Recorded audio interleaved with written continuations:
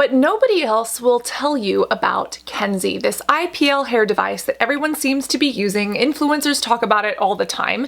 Well, I've actually been using it only on one leg for more than half of a year now. When quarantine first started, I didn't shave my legs.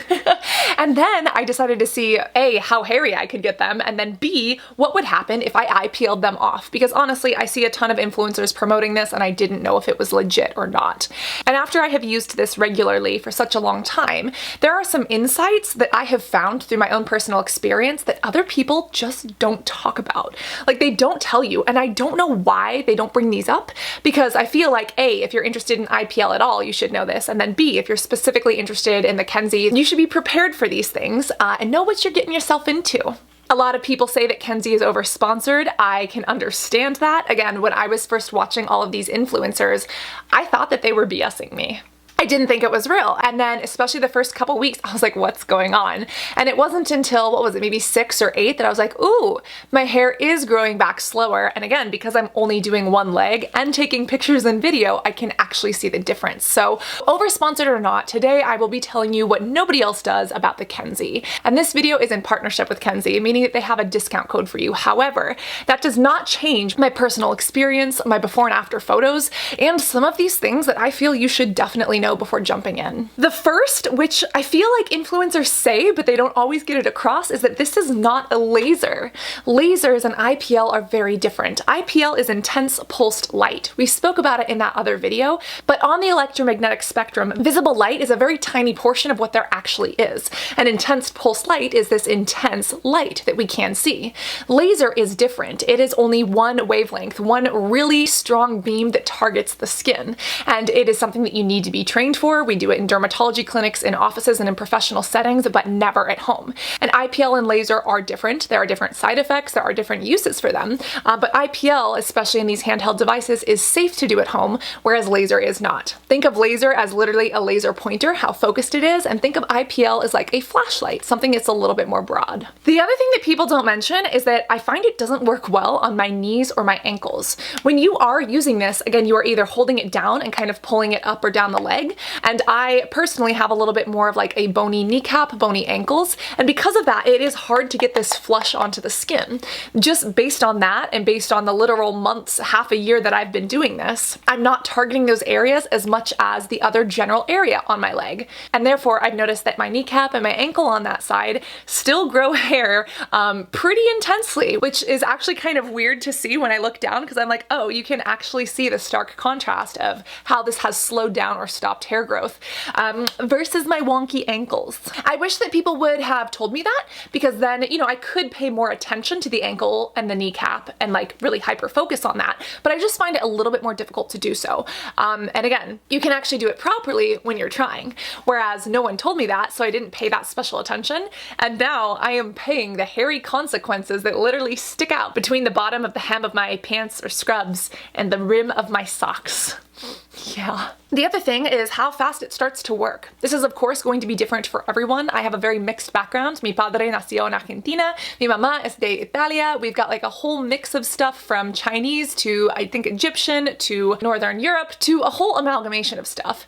And based on my genetic profile, I have very, very hairy legs, toes, armpits, you name it. Some people said that they saw results in like 2 weeks. With full transparency, it took me probably 4 to even start seeing results, and actually 6 or 8 weeks to notice. And if I didn't take those before and after photos, I probably wouldn't notice. And again, this is something that you do have to use regularly. If you do not use it, it will not work. And I feel like other influencers don't stress that enough. I watch Alana Arbacucci. I don't know how to say her last name. Is it Arbacucci? She's super awesome, and I really appreciate her like straightforwardness, because she has also shared the hair follicles that live rent-free on her body and that she should be charging for that luxury real estate. But for her, it seemed to work faster. I also love Car Beauty. It seemed to really work for her armpits. Susan Yara said it worked. There's Mona V, who it also worked for. So I was really excited, but I wish that I would have managed my own expectations better, knowing my body. Now that being said, I am very impressed, especially since I'm only doing one leg. I am very impressed with the results, but if I was expecting results in 2 weeks, would I have given up on the 2-week mark instead of actually sticking it all the way through? Speaking of how it works, I wish that people would also be more transparent or just upfront about what to expect with the amount of hair reduction or actually stopping the hair growth. In professional laser clinics that you might pay $700 to $1,500 for, they claim that you will get rid of or reduce 50 to 80% of the hair after 6 to 12 sessions. So first off, that's a shit ton of sessions. That's going to be very pricey. It's going to take a long time. And even in professional clinics, they're saying 50% to 80% of hair. With Kenzie, it is at home. They do claim that it is comparable to that quality. I have personally found minimum of 50% of hair reduction and growth, maybe up to 80. I would say it's probably somewhere in the middle for me. But I wish that people would tell you that, because a lot of people just say, oh, this works, go buy it, it's great. And people expect that 100% of their hairs will be gone forever. That is not always the case. And that is not always the case in professional settings, but also what Kenzie claims. And you know, I read the pamphlets, I read those things really carefully. I scrutinize those. And I appreciate that the brand is upfront about what to expect. I just wish that people communicated that more.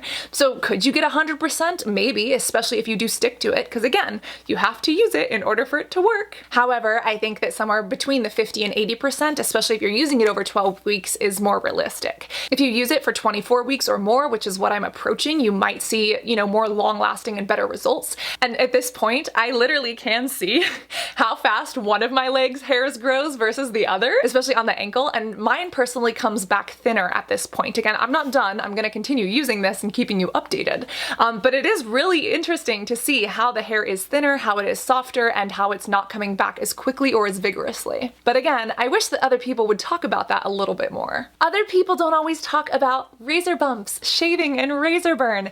The whole reason that I'm so interested in this is because I hate razor burn. I hate the bumps. I don't like shaving. It leaves a chinchilla at the bottom of my shower. Like, I am just not into it, and it's a waste of both my time and water. And so the idea of not having to shave my legs as much or as often or to forego it completely is super alluring. But you do have to shave when using the Kenzie. You don't wax. People are upfront about this because, again, the Kenzie actually targets the papilla. It targets the melanin inside of each hair follicle, and it basically assaults that to smithereens to the point that it stops working and the hair stops growing, or it slows its growth. However, you do still have to shave so that the device and the light can target that through the skin. If you wax, you're removing that entire hair, and then the light and the device cannot target it. And, you know, during the shaving sessions that I do, sometimes I get razor bumps, sometimes I get ingrowns. I have very naturally curly hair, and that is super frustrating.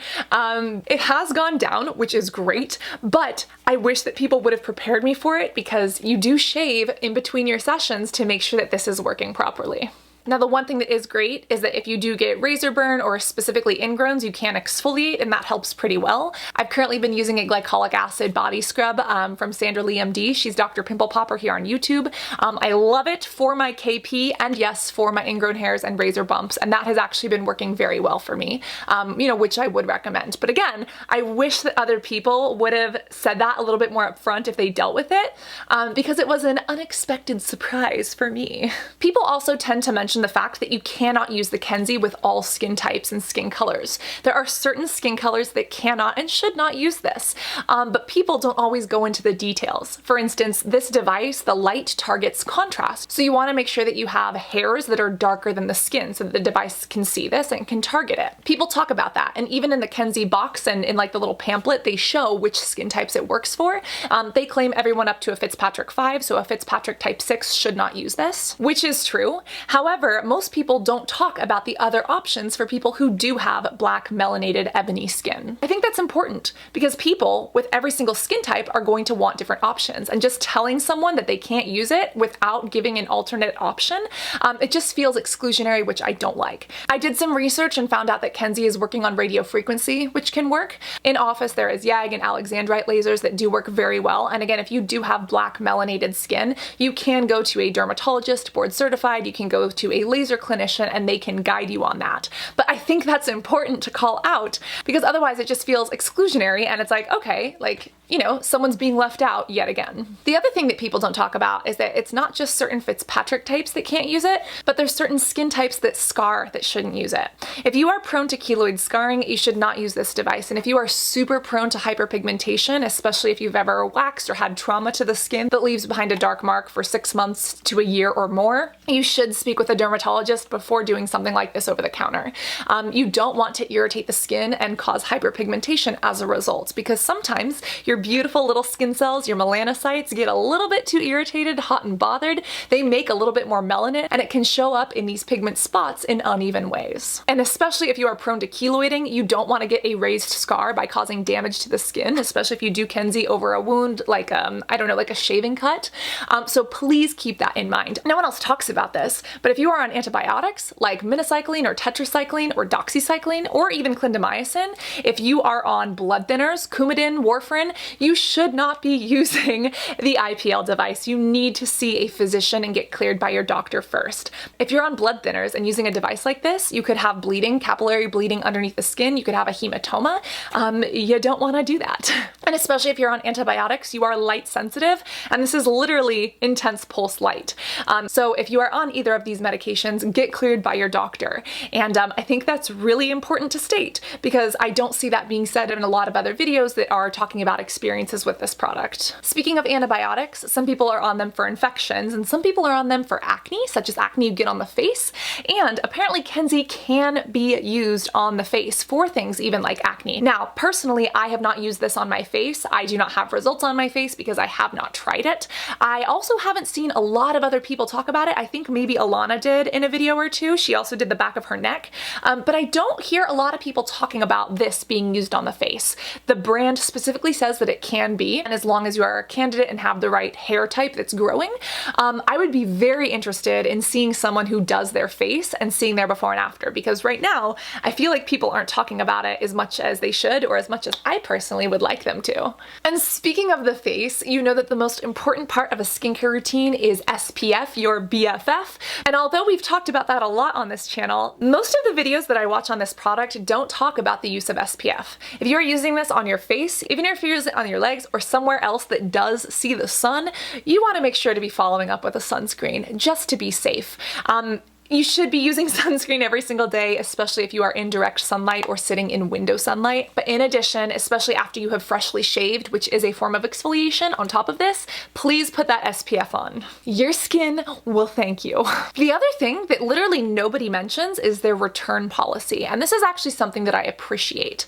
If you don't see results, my understanding is that they have a money back guarantee. Now, what's tricky about it is that you have to prove that you've been using it. I think the requirements are that you have to take photos and submit that to them to actually prove that you've been giving it a go. But I advocate for you taking photos anyways to actually see if you do or don't show results. And I think the fact that they have a no questions asked money back guarantee is really wonderful, because it does protect the consumer. Especially these devices are like $250 or $230. There's a discount that makes them less expensive.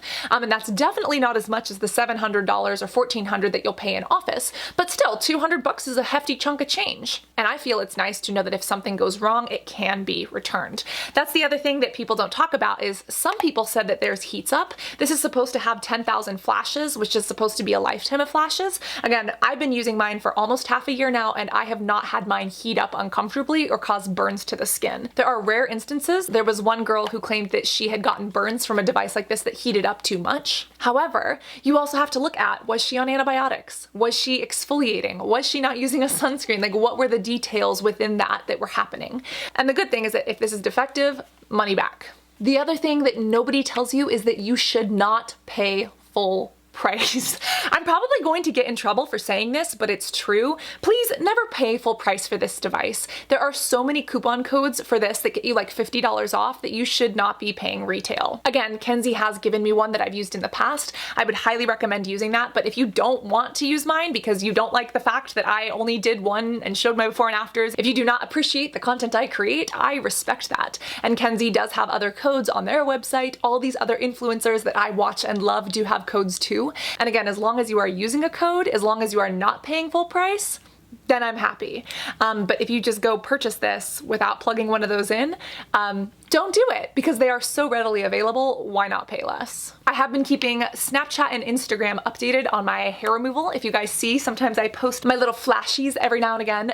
If you want to follow, it is at Cassandra Bankson and at SincerelyCass11. You can also ask me questions there, or honestly, Send me DMs of your hairy ass legs and your progress.